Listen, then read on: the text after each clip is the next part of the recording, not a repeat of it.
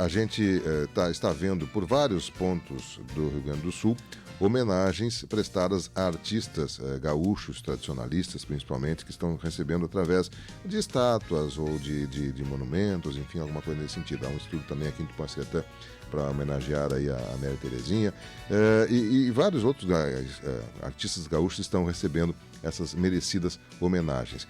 E a gente ficou sabendo, através da presidente do Instituto Teixeirinha, a Márcia Bernadette Lima Teixeira dos Santos, da existência do Instituto Teixeirinha. E eu, sinceramente, desconhecia o tamanho da Fundação Teixeirinha, né? E aí a convidamos para ampliar um pouco mais a informação, porque é interessante a gente sabe que tem, na nossa programação da Tupã aqui, o Teixeirinha é uma presença constante, né? Eu imagino até que a família deve receber uma boa arrecadação de direitos autorais, porque imagino que o ECAD, a gente relata para o ECAD toda a veiculação e toca diariamente. Eu duvido que tenha um dia que não toque o Teixeirinha aqui na nossa programação. Para a gente ampliar um pouco mais a informação sobre esta fundação, a gente está tendo a possibilidade de conversar na manhã de hoje com a própria presidente dessa entidade, né, que está em conexão conosco. Pela imagem que eu vi, eu imagino que ela esteja inclusive lá na fundação, que é no centro lá de Porto Alegre, a Márcia Bernadette Lima Teixeira dos Santos, que gentilmente aceitou estar participando aqui, conversando conosco com relação às atividades da Fundação Vitor Mateus Teixeira, o Teixeirinha. Márcia Bernadette Lima Teixeira dos Santos. Bom dia, Márcia, tudo bem? Bom dia, Miguel. Que prazer estar aqui. Obrigada pela oportunidade. Quero dar um bom dia aos seus ouvintes e estou muito feliz em poder participar desse programa. Que legal. Márcia, desculpe o meu desconhecimento, eu sabia que existia uma fundação, mas não do porte que ela é. Eu gostaria que você nos falasse um pouquinho da fundação, da história dela, né? Pelo que eu sei, ela iniciou lá no final dos anos 90, mas enfim, Isso. você pode nos trazer um pouco mais de detalhes de como nasceu e como age a fundação, por favor. Com certeza, com certeza. Miguel, a nossa fundação foi criada em 1999. Com o falecimento do pai, as pessoas começaram a nos procurar, os fãs, e tinham muita vontade de ver as coisas dele, ter as coisas dele, né? Aí a minha mãe, na época, nos reuniu e disse: gurias, vamos fazer um museu.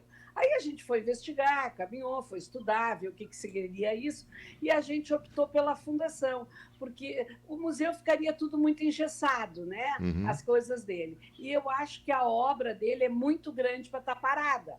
Então, aí nós resolvemos, junto com a nossa mãe, criar a fundação. Aí nós criamos a Fundação Teixeirinha.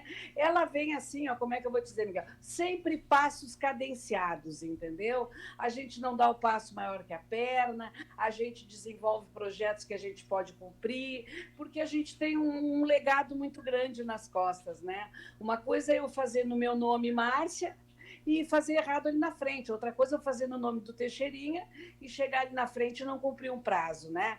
Eu não posso queimar a imagem que ele deixou, né? Sim. Como o homem que foi, o artista que foi, o homem de negócios que foi, porque ele foi um empreendedor, né? Ele foi um grande empresário. Então, a gente, para dar continuidade, a gente caminha muito devagar, com as coisas muito seguras. E isso que você disse não é só você que desconhece, muita gente não conhece que existe a fundação no centro de Porto Alegre. Então, devagarinho, como eu voltei agora, porque eu já fui diretora, mas antes eu trabalhava. E como eu me aposentei, graças a Deus, né? Eu consegui agora só assumir essas coisas do pai. Então, eu estou fazendo esse trabalho de divulgação, procurando as rádios, tentando fazer contato, indo nas cidades, né? Para divulgar e para as pessoas saberem que nós temos esse espaço. Hoje ele não é um espaço grande, são 2 salas aqui no centro de Porto Alegre, onde era o escritório do pai. O escritório do pai era aqui, quando ele era vivo, né? Uhum. Então, a gente transformou essas salas, arrumou. O espaço é pequeno, mas existe um grande projeto de levar isso tudo para a Casa da Glória. Eu não sei se você já viu falar, nós moramos Sim. na Casa da Glória lá, onde tem aquela piscina em forma de cuia, etc. e tal, né? Uhum. E lá a minha mãe morou até 2014. Então, enquanto ela morava lá, a gente não fez nada direcionado para lá, até porque era o espaço dela, a gente não ia tirar a privacidade, ela nunca quis sair de lá, né? Ela sempre cuidou e manteve aquilo lá, que eles eram apaixonados por aquele espaço, os dois, né?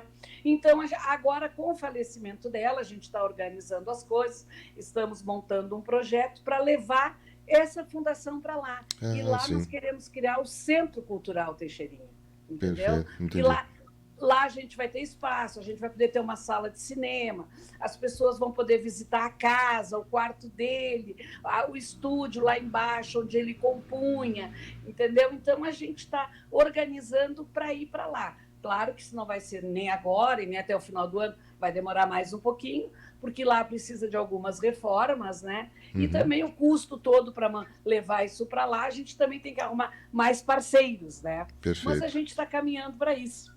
Perfeito. Márcia, você sem dúvida vivenciou mais do que a gente isso, né? O empresário, o artista, nós, público, conhecemos até hoje. Ele ainda hoje repercute a obra do Teixeirinha, né? Ele foi um artista múltiplo, porque ele atuava no rádio, atuava no disco, era um sucesso de rádio, né? Na época, os discos dele eram conhecidos nacionalmente, os shows também, né? O filme, o cinema. Esse dia eu estava vendo, depois que falei com você, fui ver a relação de filmes, era impressionante, chegava num ano fazer mais de um filme num ano, e de pleno sucesso, né? Muitos parceiros acompanharam o Teixeirinha, homens, mulheres, enfim, a parceria dele era enorme, mas como era o homem, o pai, a única pessoa que pode me falar isso é você, a filha, esse eu não conheço, como era o pai, o Teixeirinha? Olha, eu posso te dizer que era um homem maravilhoso. Era um pai extremamente carinhoso, era um pai que preservava o respeito acima de tudo dentro de casa. Nós éramos, no meu caso, a gente da mãe, porque nós somos nove filhos de 4 mulheres, Miguel. Eu conto isso para as pessoas entenderem o contexto da família, né? Sim. E ele criou os 9 filhos unidos. Os 9 filhos moraram com a minha mãe na Casa da Glória, para te ver o homem que ele era de agrupar, de unir, sabe? Quando ele melhorou de vida, quando ele casou com a minha mãe, foi quando ele foi para Passo Fundo, que daí compraram o tiro-alvo, aquela história toda. Quando ele estourou com o coração de luto, ele buscou 3 filhos que ele já tinha perdido no mundo. E disse para minha mãe, a mãe disse, não, então vão morar conosco. E moraram todos lá em casa, até terminarem a faculdade, os que fizeram, né? Ficaram até hoje. Eles sempre chamavam a minha mãe a tia Zoca, porque a minha mãe tratava eles iguaizinhos a nós, não tinha diferença. E o pai tinha essa coisa, ele era um pai extremamente amoroso. Sabe? Era um homem que chegava em casa de madrugada, a gente muito viu, subindo a escada com o violão numa mão, a mala na outra, arrastando os pés, cansado de fazer assim 2 shows na noite e viajar até Porto Alegre para vir dormir em casa, porque tinha compromisso no outro dia aqui na capital. Ele passava de quarto em quarto e olhava os filhos que estavam dormindo. Então, eu te digo assim, ó, eu tenho muita saudade desse homem. Eu tenho muita saudade do contato, porque ele era um pai que gostava de apertar a gente nas bochechas. Ele era um pai que, quando estava em casa, brincava de esconder com a gente, ensinou a gente a andar de bicicleta. Eram poucos os momentos, Miguel, mas quando estava, era muito intenso. Era muito intenso mesmo. Márcia, todo esse acervo que o Teixeirinha criou, na música, no cinema, ele está com vocês aí na Fundação? Ele vai ser disponibilizado através desse novo espaço que vocês estão pretendendo na Casa da Glória? Como é que vocês pretendem utilizar todo esse material que o Teixeirinha produziu com uma qualidade, para a época, excepcional? Ele não só era um compositor de habilidade, mas um empresário de visão e de habilidade, né? O meu pai atuou em rádio muitos anos, e eu lembro que ele me contava que uma vez ele apresentou, no início da carreira do Teixeirinha, lá no final dos anos 50, início dos anos 60, em Ijuí, e ele ficou impressionado com a habilidade artística do Teixeirinha, né? Todo esse material que foi produzido, a gente vai ter acesso a ele de alguma forma? Como é que vocês vão disponibilizar isso? Com certeza, Miguel. Essa é a nossa intenção, ir para um espaço maior e poder montar as exposições dentro desse espaço, né? E abrir para as pessoas irem conhecer, porque o pai foi um homem assim extremamente organizado. Ele deixou 2 empresas, a editora que ele criou, onde ele editou todas as músicas dele, né? Que então é responsável pela parte da música, a Teixeirinha Produções, que produzia os filmes, né? E também fazia contratos de gravadora com ele, que depois, mais para o final, ele começou a fazer pessoa jurídica e não mais pessoa física, né?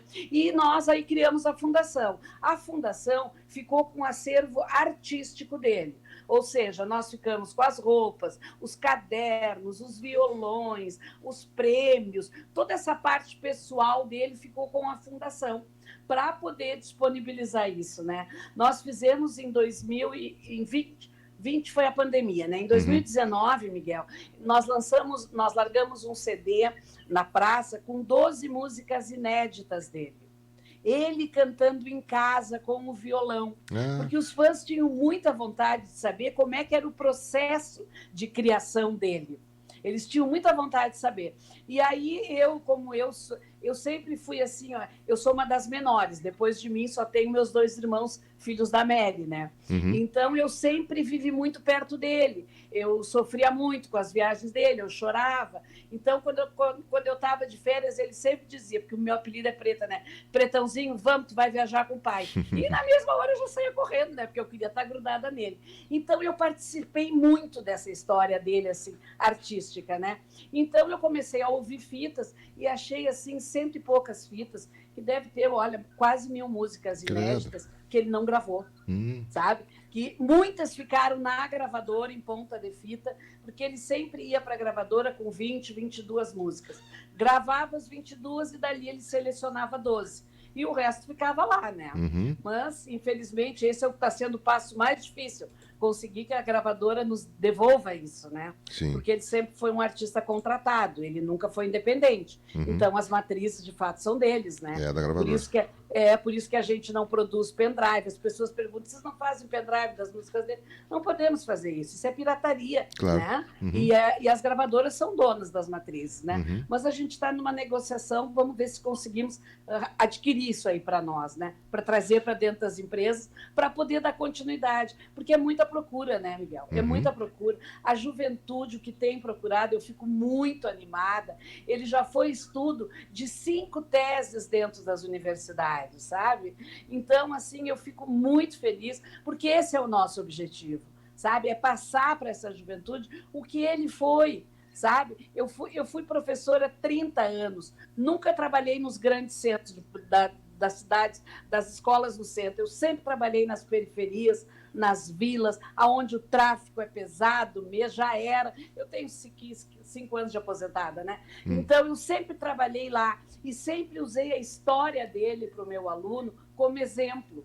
Eu sempre dizia para eles, o meu pai tinha um sonho na vida e ele não abriu mão daquele sonho. E quando ele tinha 9, 10 anos, a podridão já existia. Ele mesmo dizia, já existiam as coisas erradas, mas eu nunca fui por esse caminho, porque eu sempre acreditei no meu sonho. Então, eu usava isso muito para o meu aluno como exemplo, entendeu? Que não era porque ele vivia lá naquela comunidade que ele precisava ser igual. Ele tinha a oportunidade de sonhar e buscar o sonho dele, né? Que legal. Então, é isso que move essa fundação aqui. Perfeito. Essa vontade de mostrar para o mundo o que ele fez de bom e que as pessoas podem acreditar. Perfeito. Márcia, que bom que vocês estão protegendo esse patrimônio da cultura gaúcha, porque o Teixeirinha, claro, é o seu pai, é o pai de família, é o homem que você nos descreveu aí, um homem brilhante, pessoalmente, familiarmente, empresarialmente e principalmente culturalmente, né? Ele levou a cultura nossa do Rio Grande para o país inteiro, ele era reconhecido no país inteiro. Eu estou vendo atrás de você, tem uns discos de ouro lá das gravadoras, né? Ele batia recordes de venda de discos fantásticos, os filmes eram impressionantes para a época. Ele vendeu 130 milhões de cópias de disco, Miguel. Nossa Senhora. E os filmes dele foi o segundo filme, foram os segundos filmes mais assistido na América Latina. Ele teve 15 milhões de espectadores? Espectadores, obrigada. Ele teve 15 milhões de espectadores, segundo a Ancine, né? Então, ele perdeu só para o Tropa de Elite, para te ter uma ideia. Tropa de Elite é agora. Agora? Só agora? Agora. Tu vê? Para te ter uma ideia. Então, ele vinha despontando isso, né? E só a música Coração de Luto vendeu 25 milhões de cópias. Né? Que é fantástico. a música mais ouvida no mundo. Que legal. Tu vê? E graças a vocês, isso está sendo preservado, porque se não é a fundação, claro que isso ia existir também, mas com não certeza. Com a preservação que vocês estão dando, com o valor que vocês estão dando, né? Os filmes é possível se acessar, porque agora tem essas plataformas digitais.